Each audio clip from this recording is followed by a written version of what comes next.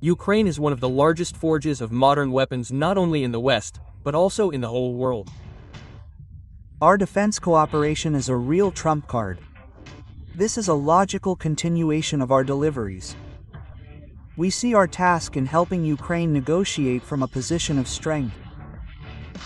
While in the Russian Federation, the dictator declares plans to cut the defense budget due to the difficult situation with the economy. 6.3% of Russia's GDP for defense needs is 13.5 trillion rubles. And our entire GDP is 223 trillion rubles. So 13.5 from 223 is a lot or a little. The Ukrainian military-industrial complex, with the active assistance of European allies, is confidently expanding. How Europe hopes to turn Ukraine into a steel porcupine.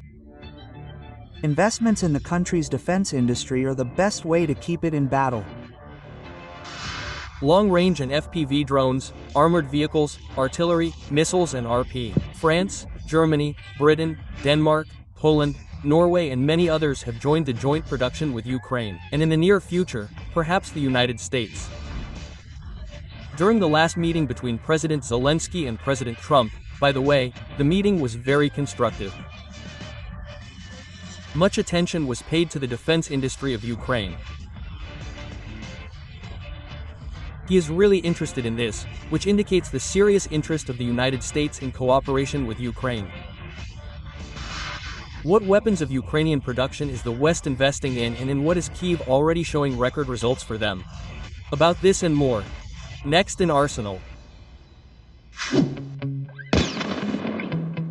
Back in Soviet times, Ukraine was a major arms manufacturer. With the collapse of the USSR, the industry gradually fell into decline. The dawn began after the start of a full-scale invasion of the Russian Federation. Kyiv was able to rely on the existing engineering base, a new technological sector and Western allies with their modern arms manufacturers.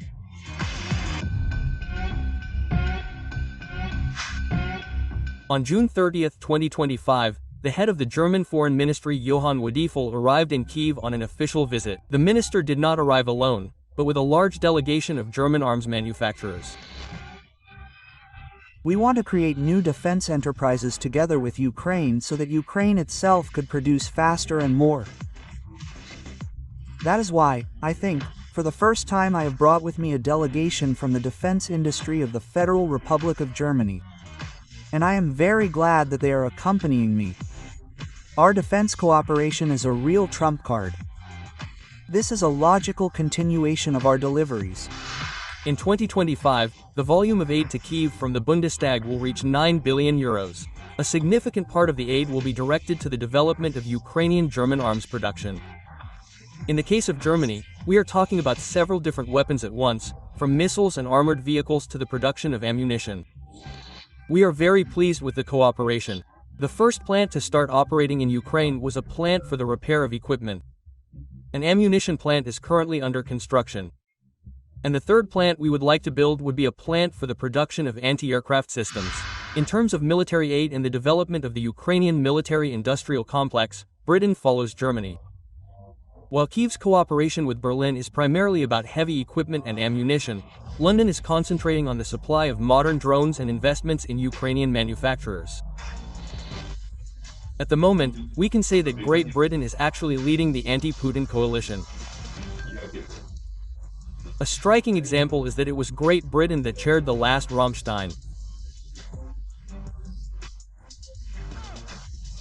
It was this country that organized another coalition of military technical assistance to the Ukrainian Defense Forces just at the moment of the transfer of drones and their production, including on the territory of Ukraine. In 2025, the United Kingdom will invest a record $472 million in the production of drones for Ukraine. In addition to financial injections into Ukrainian manufacturers, London, guided by our experience, has increased investments in drone manufacturers in small enterprises several times. During the first 3 years, Britain will finance the purchase of a whole range of Ukrainian drones, which will be manufactured on its territory. While the war is going on, all products will be sent for the needs of the defense forces. After its completion, Great Britain and Ukraine will share the produced drones. Today, Ukraine is the world leader in the production of drones. According to the Center for Strategic Communications of Ukraine, in 2025, Kyiv plans to produce 2.5 million drones on its own.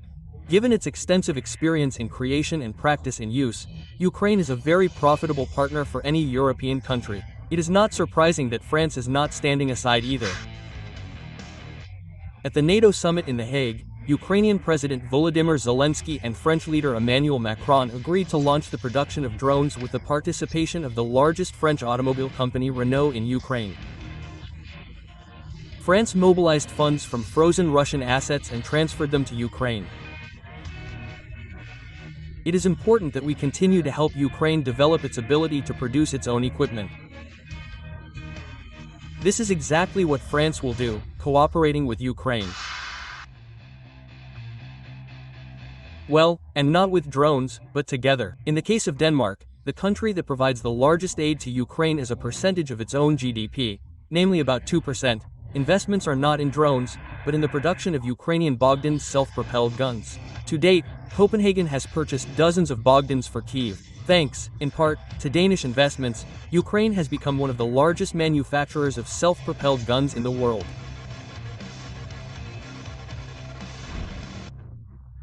Artillery is still the queen, and Ukraine has mastered the production of howitzers.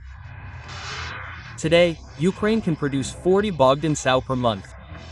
Let us recall that at the beginning of the war, we had only one Sow, and production had not yet been put on stream.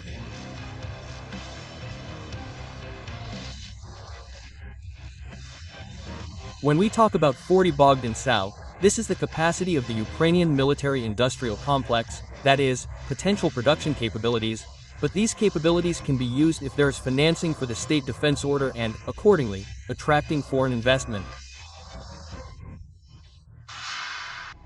The current figures are impressive both in themselves and against the background of other major players in the arms market.